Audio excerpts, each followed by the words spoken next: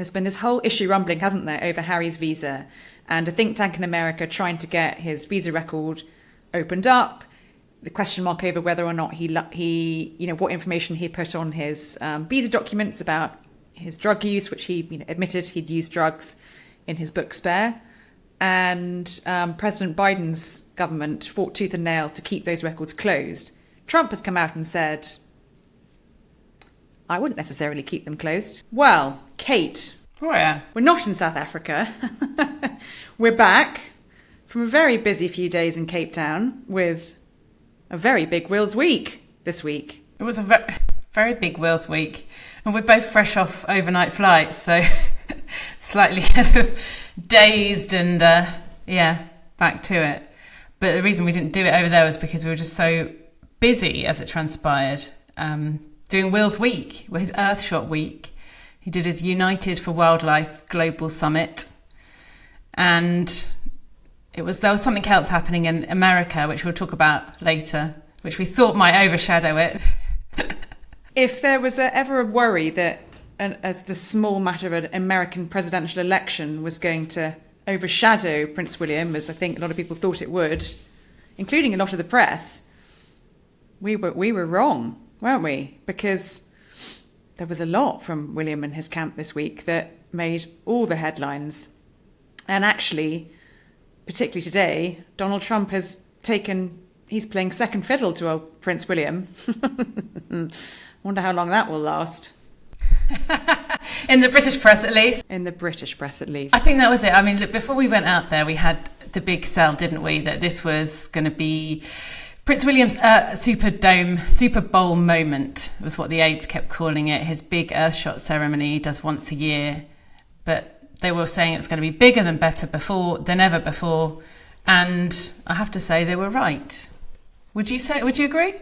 The Megadome in Cape Town, where we had the awards on Wednesday night. Yeah, I would. Yes, I think there was an energy to this year's awards that maybe perhaps was quite different to what we've seen in Singapore and Boston and London. The whole vibe around this year and all the sort of mood music from William and his team and the people at Earthshot was that they wanted to inspire young people. So they're very keen to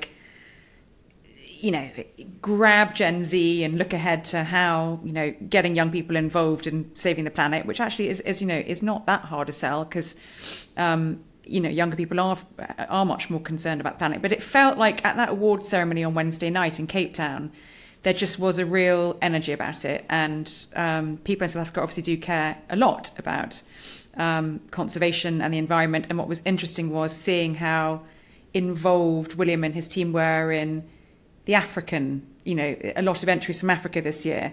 So that was all fascinating. But then, of course, we had William giving interviews throughout the week, talking about how he feels, how he's coped with the year, and how Kate is doing. And that has been really interesting, hasn't it? Yeah, it's been really interesting seeing him on the stage, not just on the stage at the Earthshot Prize, but on the kind of world stage, and they've been, putting him out for a broadcast interview, for a print interview, and I think that kind of honesty that came with it all. He said, he's asked how his year had been, because we've heard from the Princess of Wales, we've heard from the Palace, Buckingham Palace, about the King and his cancer journey. What has been kind of missing from the story, although who is in that video that Kate released, was how it's been for him. And he said, honestly, it's been dreadful. It's probably been the hardest year in my life. So trying to get through everything else and keep everything on track has been really difficult. But I'm so proud of my wife. I'm proud of my father for handling the things that they've done. But from a personal family point of view, it's been brutal. And I think for somebody who lost their mother at the age of 15 to say that this has been the hardest year in his life is quite something. It tells you a little bit of what's going on behind the scenes. It hasn't all been picnics in Norfolk, as we saw in the video. I suppose it's interesting, isn't it? It speaks to how much game face there has been this year. That's a good way of putting it. Putting one foot in front of the other for all of them, for the King, for Kate, for William with his dad and his wife both going through cancer. And he talked in that interview, didn't he, about how a lot of people have said, a lot of the coverage this week has been about how William has looked very relaxed, much more relaxed than normal. And he said, well, actually, that's interesting you say that, because I couldn't be less relaxed if I tried. So I think, that's interesting in terms of what he projects versus how he feels behind closed doors. That's really about, the public game face, which they're all very good, members of the royal family are very good at putting on when they need to, despite what's going on at home. I thought the other very interesting bit about that interview was him talking about his role and his role as, the friction in his role, the friction of, yes, I'm the Prince of Wales and it means it gives me freedom to do big things like the Earthshot Prize and get big partners and business and, governments involved and do things like his homelessness project and, get, again, business involved and convene people and try and make impact, versus now he's heir to the throne and has been for the last 2 years, the added responsibility that comes with that. And he talked about, he said, do I enjoy that responsibility? No, I don't. But I like the creative freedom it gives me to do all these big projects. And I suppose, a lot of people have always wondered whether William, there's a slight kind of friction there in terms of, I think there was the headline in the Times today, wasn't there? The reluctant prince. Is he reluctant to step into that role? He doesn't really enjoy the kind of, what's the word? It's not flummery. It's the sort of, it's not the platform, because I think the platform is the thing that he does enjoy. He doesn't really involve all the sort of trappings that go with that role that aren't about his projects. Yeah, that reminds me of his sort of great-grandfather a little bit, George VI, this idea that the throne, the crown was kind of thrust upon him when his brother abdicated, and he stepped up to the mark and led Britain through wartime, Second World War. And I sort of feel that with William, there is this reluctance that he doesn't like that responsibility. He would like to have a kind of normal job, I think, and go home and spend time with his kids. And he talked about that too, didn't he? He said, look, I enjoy my work. I enjoy pacing myself and keeping sure that I've got time for my family too. But this is a kind of new sense of keep calm and carry on, in his own words, wasn't there? It's just, you've got to just crack on, he said, and get on with it. But that idea of his role, I mean, he'd only been Prince of Wales for a little over a year before this happened. And he said, OK, I need to take a step back. The first sign was when he didn't turn up to King Constantine II's memorial service at Windsor. He pulled out right at the last minute, and we knew that Kate had been in hospital with full abdominal surgery, the month beforehand. But we didn't know at that stage that she, cancer had been found and that she was about to embark on grueling chemotherapy. And I think that's when he's got all these projects. He spoke earlier in the week, didn't he, about having a lot of plates spinning. So there's a lot going on inside his mind. I thought, although I genuinely did think he looked relaxed this week, and I don't know, you might disagree, but he looked incredibly thin. I thought he looked quite drawn at the same time, very thin. He has done for a while. I noticed that the other day when I went to do an engagement with him at BAFTA, which I think we talked about a few weeks ago, didn't we? He was doing something with all the sort of young people working in the creative industries, and he did look much slimmer than normal. And I suppose perhaps that's understandable when you go through a year like he's had with your father and your wife both having cancer, the enormous scrutiny on you being exacerbated tenfold. You've still got this issue rumbling in the background with your brother who you're estranged from and all the public discourse around that. Maybe it's probably any one of us when we go through periods like that. It's quite stressful. It reminded me, how he was this week reminded me a bit of Kate's words when she said, look, I've had time to reflect on the things in life that really make a difference. And I think he did seem changed this week. I think the whole experience of the past year, I mean, obviously it's going to affect you massively, but he did seem changed. He seemed more just kind of open and honest about things in a way that we haven't really seen. He talked about Kate being amazing and how she's been getting on, and address, the Earthshot obviously means so much to him. He's going to put it on the world stage, move it around. He's changing the way that his role works. And although he doesn't relish the kind of double-edged sword of responsibility and freedom. He acknowledges and I think embraces, and not reluctantly actually, the side of the role where he has that unique position as Prince of Wales, where he's not part of government. He's, he can do these big things and he can convene people, and look at the sort of star power that he had. He was beaming that show live across Africa, across the world on YouTube. The other thing we saw as well this week, which his team, William and his team have long been very, very keen to keep putting out there, is this role and this this discussion of him as a statesman, which I think we first saw the kind of seeds of on that 2018 trip to Jordan, Israel and the occupied Palestinian territories. I definitely noticed that on that trip. It was the sort of the beginnings of his engagement at a much higher level on the international stage, and we saw that again this week. That he was meeting President Ramaphosa, having a sort of bilateral with him, quite a long meeting with him. And when we had that briefing with his team at the beginning of the week, and the British High Commissioner there, who talked about it being seen very much as a follow-up to the incoming South African state visit we had here with the King previously.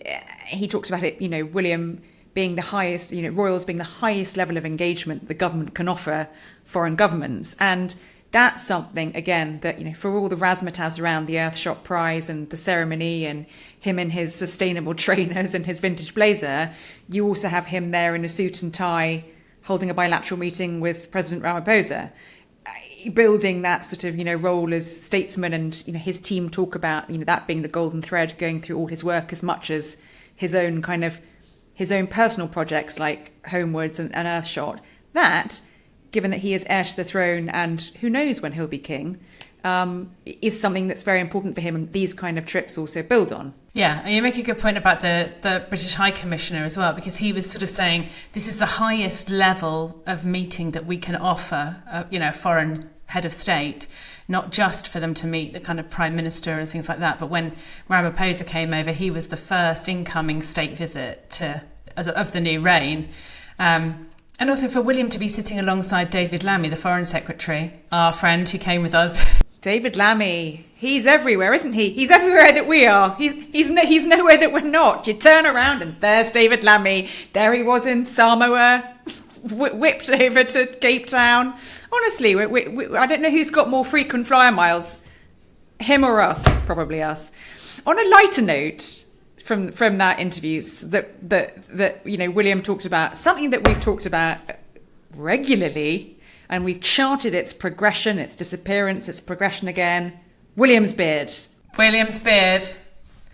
This was the big line, the big line of the interview. It was the huge revelation, wasn't it? That when he first grew his beard, Princess Charlotte hated it so much, she burst into tears and he shaved it off, which I think tells us a lot about how much power Charlotte wields in the Wales household. And then she's calling the shots, isn't she? she's well, they call Queen Camilla the lady boss in private circles, but I think Charlotte's coming for her crown. I think we should call Charlotte the baby boss. She's the little mini lady boss, isn't she? I think she is. I mean, it was quite sweet though, there she was telling him to shave off his beard, and then he wore that bracelet, didn't he, that she made for him, Papa, all through the Earthshot week, and everyone was very interested to see what that was, and so, what did he call it? A relic from their Taylor Swift concert. But I thought that was... Yeah, and he promised he wouldn't lose it in Africa. It made me laugh that he actually gets bossed around by his daughter. It's nice, isn't it? Good for her. I think it's that openness, isn't it? He talked about the kind of circle of life, because the show opened with this brilliant Le Bohème rendition of Circle of Life from the Lion King movie. And William said that it made him quite emotional, and those things always do. And I think that kind of softer side of William...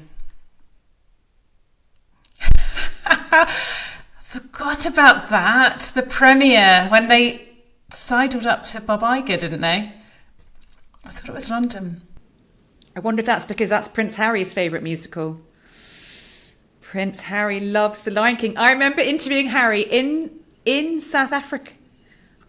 I know it was in... I think, yes, but before that, I remember doing an interview with Harry in New Zealand. I want to say it was 2015. I think it was New Zealand at the end of his trip. And God knows how we got onto the subject of the Lion King, but I know he was off to go and spend some time in Africa working on conservation projects and wildlife conservation projects, and he said that The Lion King was his favourite musical, and he told me he knew every single word to every single song. I think we put it on the front page. Bring back national service, there's The Lion King Prince. And I thought, when William talked about The Lion King and how that made him emotional, it just made me think about, I wonder whether they watched that growing up quite a lot together. I hope so. Well, inspired their original love of Africa. But I think that kind of openness, William, I've always felt that with Harry, you see exactly the emotions that are going on behind in his mind. He's a sort of an open book. With William, I often used to feel, seeing him on engagements, that there was the mask, that he's doing the job and he's being very serious. But a bit like the late Queen, the sort of inscrutable element to, you don't always know what's going on behind the under the surface rather. But I think more and more that's coming out now, and I wonder if that's because of the year that he's had. Well, it's been a year like no other for him, and I suppose in a way that Kate said in that video she did, it sort of made her pare everything back and think about what's really important. I think it's probably given William a whole new perspective on his family life and his public role. So Will's week is Trump, but the return of Trump has all sorts of interesting to be confirmed implications for the special relationship with the royal family and the whole idea of soft power, because it's very different, isn't it, with every member of the royal family. President Trump, when he came in 2019 for that memorable state visit, when he was hosted by Queen Elizabeth. Who could forget it? Impossible to forget. Everything from him scorching her lawns with his choppers to bringing an entourage bigger than Taylor Swift's, to Prince Harry trying to hide from the photographers so he wasn't photographed with Ivanka Trump, to Meghan staying at home because she didn't want to come and hang out with Trump. Obviously, she had a young baby, but still, she's no fan of Trump. Him being totally obsessed with the Queen and calling her a very dear friend, and he's a great admirer. And now... and then the protests around as well. All the protests. There was a blimp. Do you remember the big baby Trump with the nappy on, clutching a mobile phone? He will be very keen to try and have another state visit, won't he? I think he'll want more bells and whistles. Absolutely. The interesting thing is, I suppose, since that state visit in 2019, there's been quite a war of words between President Trump and Harry and Meghan. After, ahead of the last election, Harry and Meghan came out in Montecito, sat on a bench and encouraged everyone to vote in, what was the world's most important election ever, and use your vote, in words that were widely interpreted as a call for vote for Biden, not for Trump, which didn't go down too well with Donald Trump. It was deemed, I think, by him and some in the palace that perhaps that was going above and beyond members of the royal family and getting slightly involved in politics. Then someone reminded Donald Trump that in 2016, Meghan had called him a misogynist and divisive. And he then said, I'm not a fan of hers. I would say this, I wish a lot of luck to Harry because he's going to need it. And he also said, I didn't know she was nasty. And then he tried to backtrack and say, I've never called her nasty. And someone... Oh, I didn't realise she was nasty about me. And someone reminded him it was actually on tape. So, more recently, there's been this whole issue rumbling, hasn't there, over Harry's visa, and a think tank in America trying to get his visa record opened up. The question mark over whether or not he what information he put on his visa documents about his drug use, which he admitted he'd used drugs in his book Spare. And President Biden's government fought tooth and nail to keep those records closed. Trump has come out and said, I wouldn't necessarily keep them closed. Yeah, well, he says, we'll have to see if they know something about the drugs, and if he lied, they'll have to take appropriate action. Which begs the question, will he take appropriate action when he's... Do you think he would, though? I don't think he will. Well, I don't... Do you know what? I think he won't, because he has a lot of respect inherently for the crown, doesn't he? What he sees as... Yeah, although he did say that Harry had betrayed the Queen, didn't he? And he said that was unforgivable when he quit royal duties to go abroad. He said, I think he's ruined his relationship with the Queen and have done things that are very inappropriate. I think he was talking about Meghan there. So it's one to watch, isn't it? It is. And also, if he comes over, there's a new relationship. It's not him and the Queen, the late Queen anymore, who he loved dearly. It's him and Charles, who won't see eye to eye on a lot of environmental elements. You've also got Camilla, who gave the kind of cheeky... Do you remember Camilla's cheeky wink to the cameras when they were all posing? It was Melania, Donald Trump, King and Queen, as they are now. And Camilla gave it, as they were walking out the room, she turned to the photographers and just gave this kind of cheeky wink. Read into that what you will. But she won't... She's releasing her domestic violence documentary on Monday. Here's a man who has said quite despicable things about how he likes to grab women in intimate places. That it doesn't tally well. We've also seen this week a reaction to the election. We saw a reaction to the election, didn't we, on the green carpet? Heidi Klum and Billy Porter saying they weren't big fans of Trump. But then this week, and I think this is more significant, Christina Figueres, who is the Earthshot chair of William's Earthshot Prize. It's a huge role. She formerly oversaw the Paris Agreement for the United Nations framework on climate change. Has said that she's not pro-Trump either. So I think that's all pointing in the direction that they perhaps won't see eye to eye on many subjects if he comes over, and how that will play out. Well, it was interesting because before he came in 2019 and it was sort of announced that Charles and Camilla would meet him at Clarence's house and have tea with him, there was so much speculation, wasn't there, over Charles being this great environmental campaigner and Donald Trump being very sceptical about climate change. Would that be the big elephant in the room? But actually, by all accounts, that meeting went very smoothly and very well. And I think that goes to the heart of members of the royal family having to put their personal interests and activism aside when they're on the diplomatic world stage, which Charles... And that brings us right back to David Lammy. David Lammy. Who has called Trump a tyrant in a toupee. And I think this is the point at which... I mean, does Trump care? Probably not. He probably doesn't even know who David Lammy is. Well, he's had him for dinner since, didn't he, last month? And David Lammy's saying this is old news. Old news, nothing to see here. But I think this is where the royal family come into play, that they can be that kind of diplomatic bridge. They can talk about how Trump met the Queen, and they can talk about the history of the family, and they can roll out the red carpet for him and his squillions of Trumpians. I mean, last time Eric Trump came over and was taking selfies of himself in the Churchill war rooms in the bunker and posting it on Instagram. I mean, it's going to be such a spectacle if he comes, and it'd be great fun to see a state visit from Trump again. Well, as someone said to me when we were talking about this yesterday, if we do have another state visit with America, we need to get something out of it. The whole point of these state visits is soft power. There was a great hope after Trump coming last time that we would get some sort of good Brexit deal out of it, post-Brexit deal. We didn't. So if the arm of pomp and ceremony and pageantry is offered again across the pond, and Trump comes for a state visit, and who knows if that will happen or not, what are we going to get out of it other than a massive security bill? Should we sort that out before we start rolling out the red carpet? Let's ask David Lammy. Let's ask our friend David Lammy what we're going to get out of it. What are we going to get out of it, Dave? We are going into a very important weekend for the royal family, aren't we? Which is Remembrance Weekend, which is so inked into their diaries and so important to all of them. We have the Festival of Remembrance on Saturday night at the Albert Hall.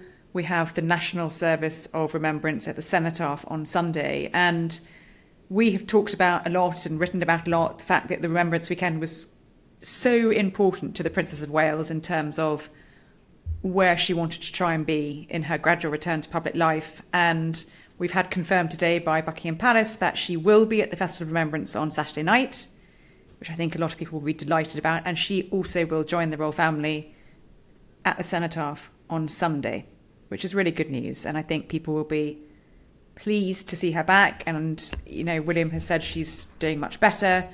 The Queen, I hope we'll see her on Sunday. It's TBC, isn't it? Well, we had this announcement this week that she has been recovering at home from a chest infection. She's under the supervision of doctors, and that although she's resting, she's been told to rest. They had hoped that she would be back for the events of the weekend. She had to cancel some engagements on Thursday, so she wasn't able to take part in the reception at Buckingham Palace for the Olympians and Paralympians. She wasn't able to go like she usually does to Westminster Abbey for the Fields of Remembrance event that happens there, where poppies are laid in memory of those who lost their lives. And with her father having been a prisoner of war in Second World War as well, and a decorated war hero, this obviously means a lot to her personally and also in her official role. So I think she would have had to be really quite poorly not to take part in that engagement this week. Now, Palace is saying that she's on the mend and they don't want people to worry. But it's a shame, isn't it, that just as Kate's returning, it's sort of one in, one out. If we don't see Camilla, let's hope we do at the weekend. But it's not guaranteed. It's not guaranteed, but fingers crossed for Sunday. Let's see. And although that's a big highlight, there's a more showbiz element to the King and Queen's diary next Wednesday. Yeah, they've got date night. Date night. Charles and Camilla's date night. What are they doing for date night, Kate? They're going to see... What hot date, Kate, have they got lined up? They're going to have a showbiz reception with some actors and lovies. And then they're going to the Gladiator premiere. Going to the movies. Glamorous. Yeah, that's nice. That is nice. Royal date night. So, from the globe-trotting pair that we are... We should do a podcast on air travel at this rate. Where to next? That's what we want to know. I'm going to Highgrove on Tuesday. I'm going to see you there. And I'm going somewhere else next week with William, but watch this space. Can't tell you yet. Thanks for listening. I might tell you. See ya. Bye.